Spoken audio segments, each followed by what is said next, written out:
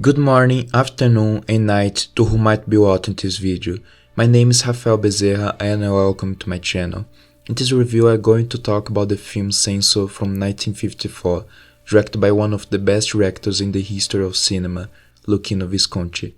Senso is tended to be way more overlooked than it should when people get to analyze his films, if you consider how important it was as a transitional phase into his body work.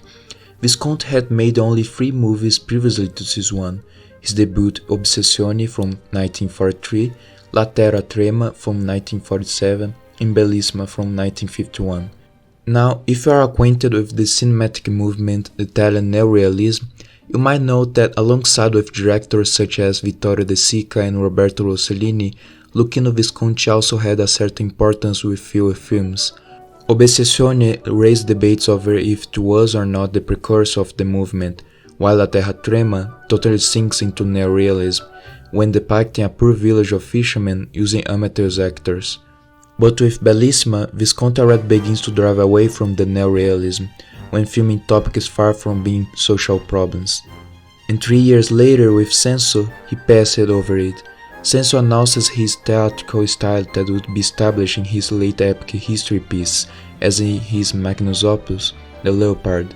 I say that Senso is a transitional work, but one in which, curiously, you can find all of Visconti's traits at once.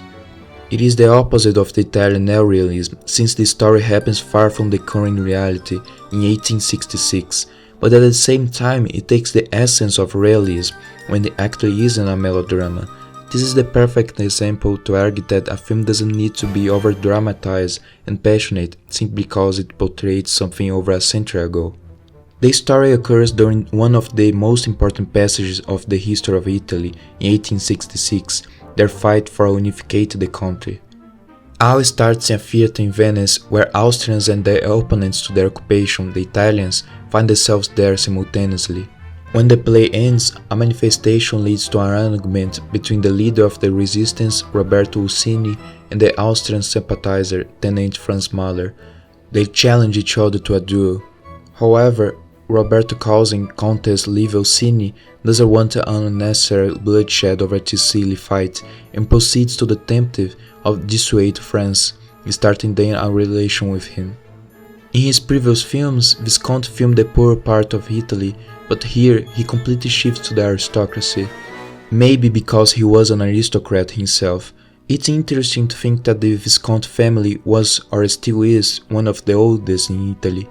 However, there is no glamour in it.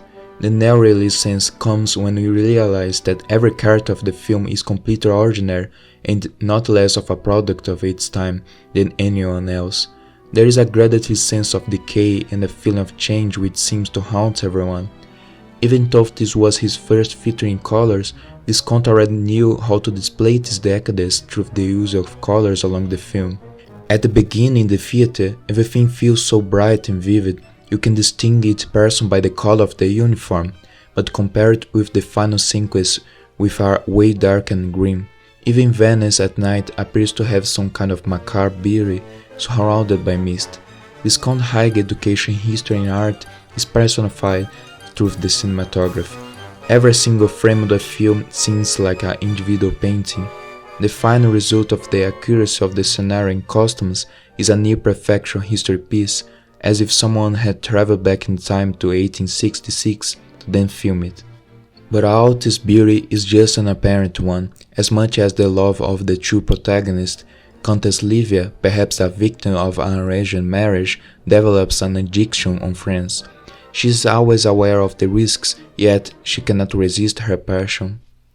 At times, I really hope everything to end fine, but as the story progresses, you can start to doubt about the Franz's intentions, and then just realize that he actually is a nice guy after all.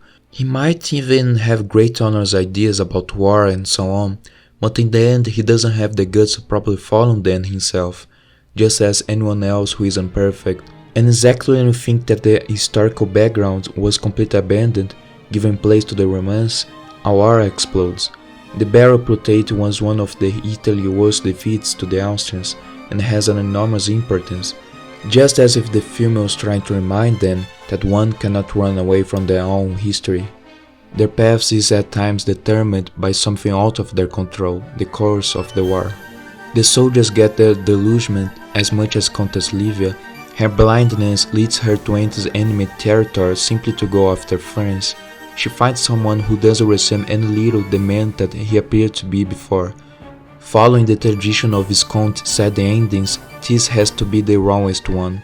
Franz became a man defeated by himself and drawn into his narcissism.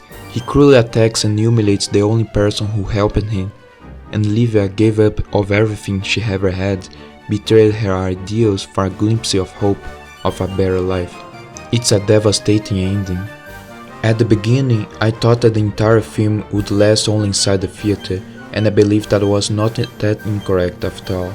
In the huge time slots between one film and another, sometimes 3 years from one release to other, Visconti would explore other art forms as the theater.